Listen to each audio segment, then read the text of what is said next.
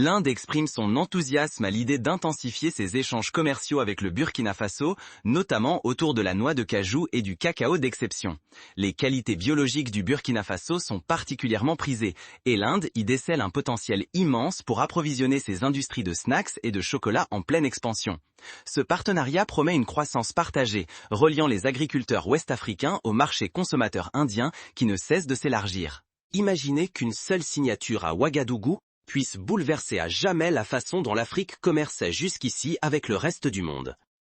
Imaginez qu'un accord, non pas signé avec Paris ou Washington, mais bien avec New Delhi, inaugure une ère où l'Afrique dicte ses propres règles et où le monde écoute. Il n'est point question ici d'aide humanitaire. Ce n'est pas non plus l'histoire d'une nouvelle exploitation. Il s'agit de pouvoir, d'une puissance économique que reprennent enfin les mains mêmes qui cultivent les trésors du continent africain. Bienvenue dans une édition spéciale de Freak Vibe News. Aujourd'hui, nous vous plongeons au cœur d'un accord qui ébranle les piliers de l'agriculture mondiale. Le pacte historique sur le cacao et la noix de cajou conclu entre le Burkina Faso, mené par son leader révolutionnaire Ibrahim, et la République de l'Inde.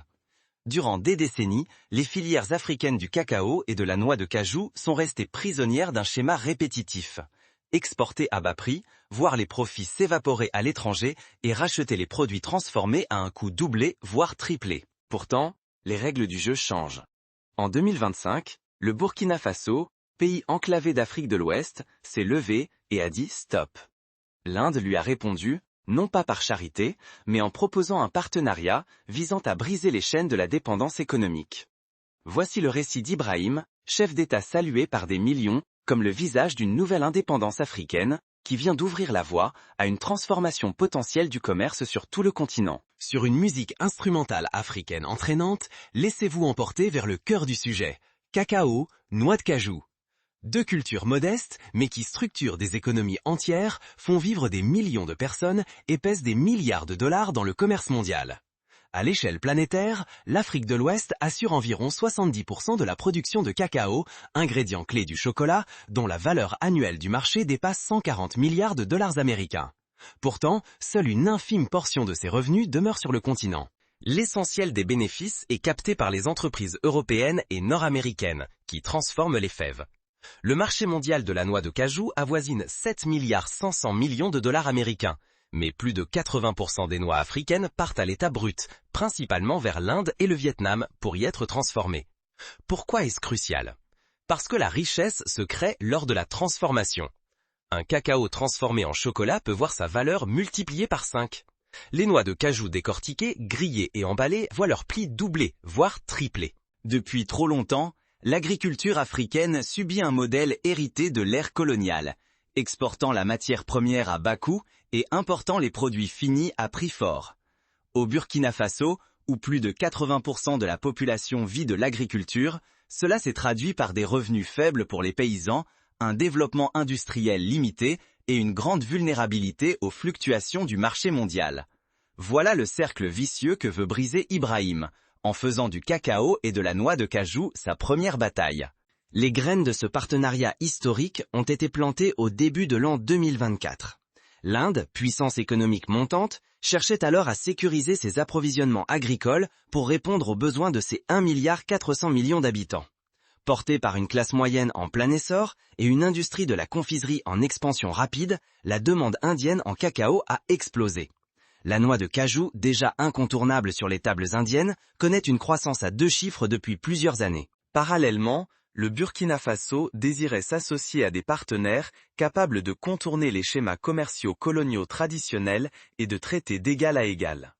L'objectif n'était pas simplement de trouver un acheteur, mais de sceller un partenariat misant sur la valeur ajoutée locale. Les discussions entre Ouagadougou et New Delhi se sont étirées sur plusieurs mois. Les délégations ont effectué de nombreux allers-retours. Des spécialistes agricoles ont examiné les plantations au Burkina Faso, tandis que des responsables commerciaux ont visité les installations de transformation dans les États de Goa et du Kerala en Inde. L'accord final prévoit une valeur estimée à 600 millions de dollars américains au cours des 5 premières années. Les produits concernés, qu'ils soient bruts ou semi-transformés, comme le cacao et les noix de cajou, devront respecter une clause de transformation. Au moins 40% du cacao et des cajous seront traités sur le sol burkinabé avant l'exportation, garantissant ainsi la création d'emplois locaux. Le transfert technologique fait également partie des engagements. L'Inde fournira des équipements modernes pour la transformation et formera les techniciens qui assureront leur fonctionnement et leur maintenance. Sur le plan commercial, il est question de réduction tarifaire et d'un accès préférentiel au marché indien pour ces produits.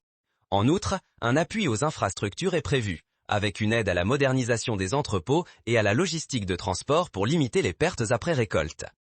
Il ne s'agit nullement d'une œuvre de charité. C'est un partenariat stratégique qui offre au Burkina Faso une marge de manœuvre, garantit des échanges plus équitables et stimule la croissance industrielle. Pour appréhender la portée de cet accord, il faut comprendre le piège des matières premières, ce cercle vicieux qui maintient les économies africaines dépendantes depuis des décennies.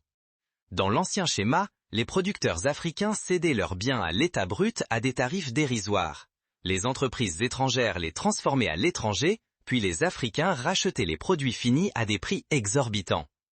Ce système engendre 3 problèmes majeurs. La perte d'emploi, car les postes de transformation se créent hors d'Afrique, l'évasion de valeur, puisque la majorité des profits s'envolent hors du continent. L'instabilité économique, car la dépendance aux exportations brutes rend les économies vulnérables aux fluctuations mondiales des prix. Développant la capacité de transformation sur place, l'accord avec l'Inde s'attaque à ces 3 défis.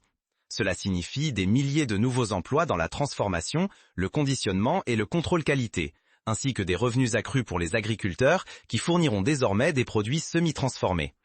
La résilience économique s'en trouve renforcée car la valeur ajoutée reste sur place. Si ce modèle se répand à l'échelle continentale, il pourrait servir de référence pour l'émancipation commerciale de l'Afrique.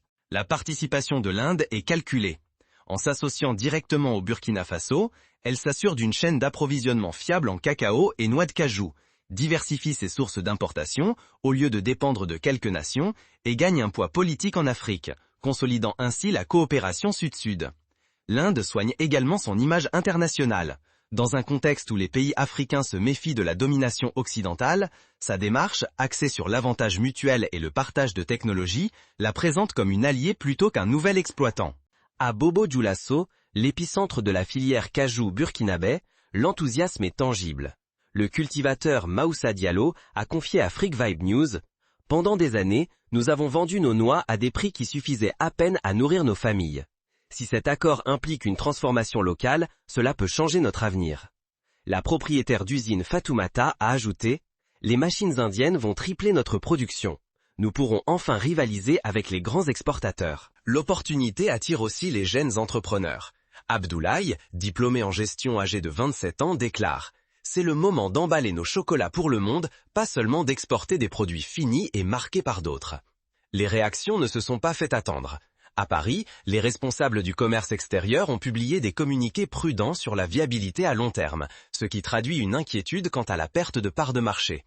À Bruxelles, les lobbies agricoles de l'Union européenne ont mis en garde contre un recentrage de l'Afrique vers de nouveaux partenaires, ce qui pourrait bouleverser les flux mondiaux de matières premières. Mais en Afrique de l'Ouest, de nombreux dirigeants, du Ghana au Nigeria, affichent leur intérêt pour des accords similaires. L'idée de se passer d'intermédiaires peu scrupuleux gagne du terrain. Cet accord s'intègre parfaitement à la zone de libre-échange continentale africaine, qui vise la création d'un marché unique de biens et de services sur le continent. Imaginez, le Ghana transforme son cacao et le vend directement au Kenya. Le Nigeria conditionne ses cajous et les exporte en Éthiopie. Le Ghana expédie du chocolat fini en Afrique du Sud. Si chaque nation africaine exigeait des clauses de transformation dans ses contrats d'exportation, le continent pourrait chaque année conserver chez lui des milliards de dollars de valeur ajoutée. Le chemin ne sera pas sans embûches. Les manques au niveau des infrastructures de transport et d'électricité risquent de freiner l'essor des usines. Les fluctuations imprévisibles des prix des matières premières pourraient peser sur les marges bénéficiaires. Les dangers liés à la corruption pourraient compromettre une répartition équitable des avantages.